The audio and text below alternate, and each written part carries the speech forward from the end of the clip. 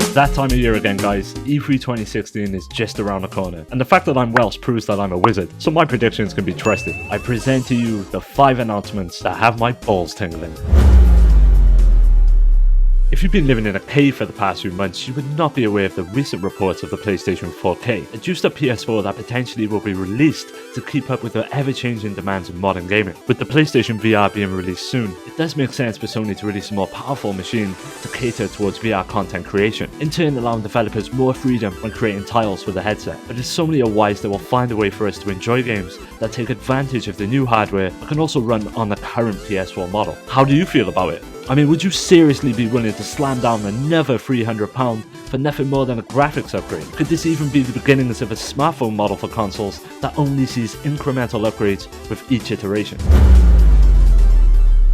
Assassin's Creed took a well-deserved break this year, and I'm more than happy that it has. The series has begun to feel disconnected from the original premise, and we're starting to spiral into a web of confusion and parody. I'm a huge fan of the series, and to watch its descent into the bowels of crap has been nothing short of depressing. But finally, Ubisoft came out and acknowledged that the series needs a break and a bit of a rework, with all signs and clues pointing to Egypt being the next destination for the franchise, a location I've been eagerly anticipating due to its rich potential for the AC lore. We might actually see a return to the glory days of the franchise, which involve the stories of a modern and historic timeline being intertwined with something compelling, and not just a fucking cutscene, or a few more in-game pieces of text to collect and immerse yourself in.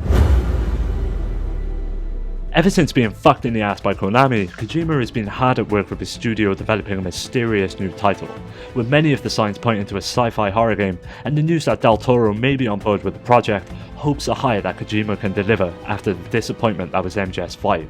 E3 presents itself as the perfect opportunity for Kojima to take the stage and captivate us all once again with an original concept that could only come from the mind of such genius.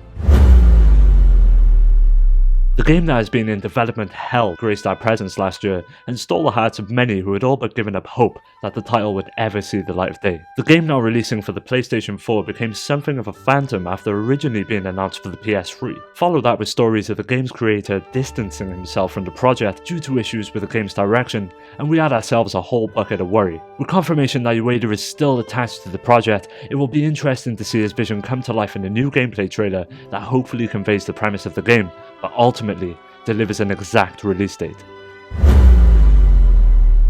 If I had a pound every time somebody mentioned Shenmue HD, I would not be making YouTube videos. I'd probably be somewhere in the Bahamas licking whipped cream off Scarlett Johansson's anus. But alas, here we are. My number one prediction, or hope for that matter, is the announcement of Shenmue HD. The fact that it's taken Sega this long to release what I regard as one of the best games of all time onto the modern platforms is a testament to their stupidity and the unfortunate state of the company when compared to its past. With Shenmue 3 finally emerging, the bells of opportunity should be fucking ringing throughout Sega. The time is perfect from a business perspective to announce the remake of the originals.